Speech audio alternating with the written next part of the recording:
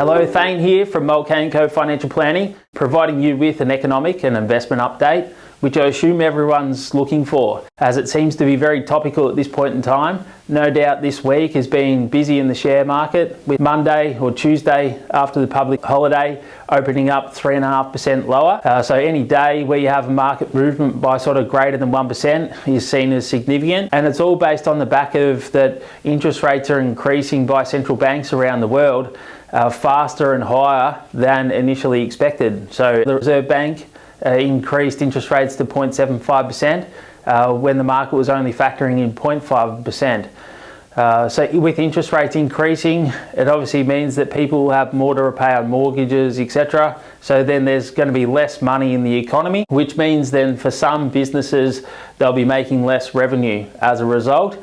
And for businesses with debt, they'll be paying more themselves as well, which all flows through to the bottom line, meaning that profits would be lower and dividends potentially lower, and ultimately your share price is lower. So if any of you watched my previous videos, you would know that the messaging from myself and our research team has been that we have been following a defensive strategy in relation to fixed interest investments. So roughly 18 months ago, we've been heavily focused on variable interest rates, which is coming to fruition. We've had very minimal exposure to fixed interest rates. So we've been picking up the upside from there. So all of those retirees, please don't stress, don't worry. For most of you, you'll probably have 70% of your money in cash and fixed interest. So as you're seeing interest rates rise, you'll be benefiting from this. It's a good thing. You should be celebrating that. Yes, I understand the 30% that's invested in shares, you'll be seeing wobbling and up and down. But maybe you should be having a conversation with us, because the opportune time to be potentially buying shares at a cheaper price if the market keeps continuing to fall.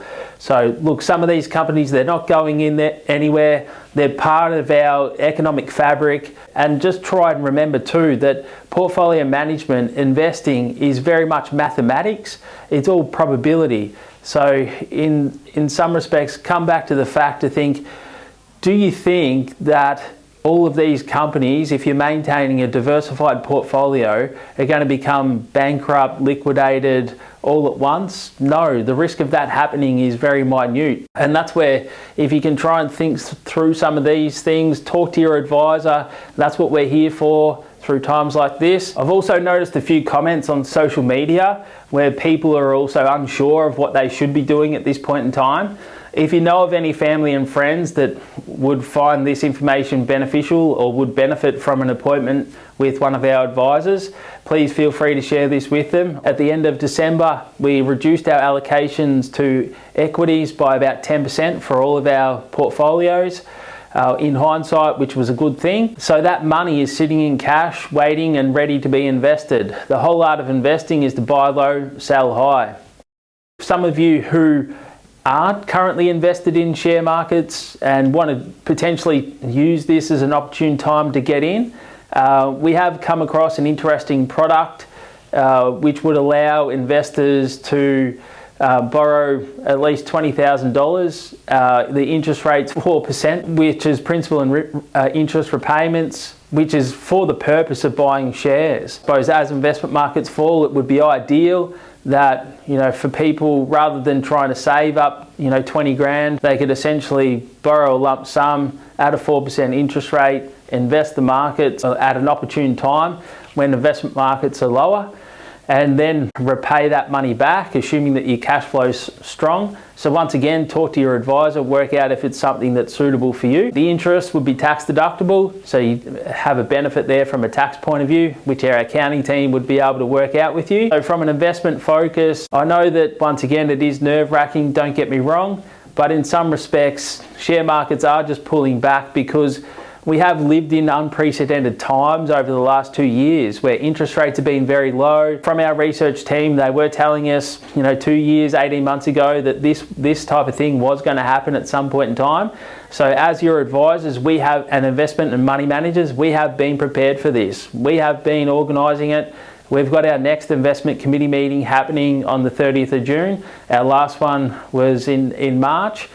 So we're reviewing these portfolios all the time. So we'll keep reviewing investment markets, and that money that was parked in cash that was reduced, where we reduced growth assets at the end of December, at some point in time we'll redeploy that back into investment markets, whether it's in one hit or drip feed back in.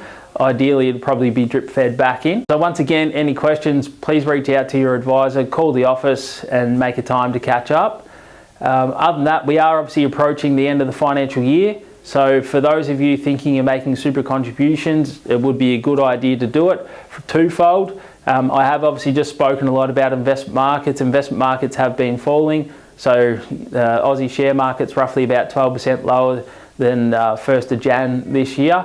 So putting super contributions in, you do have the option of whether you put that money into cash, fixed interest, Australian shares, international shares and property, depending on how you're feeling about things after a conversation with your advisor. It may be an opportune time to invest that money as well in share markets. So A, you'd be buying investments at a lower price, and B, you'd also be picking up a tax deduction if you're making a concessional super contribution.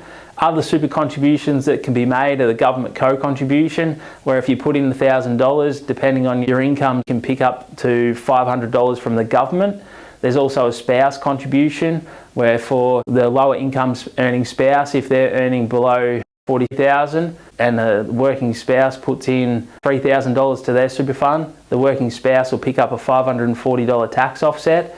There's also tax-free contributions. So if you do have significant cash savings that you want to put into superannuation, where money can eventually be invested in a tax-free environment where you can have unlimited access as well, then there's those type of contribution strategies as well. Hopefully you found this useful.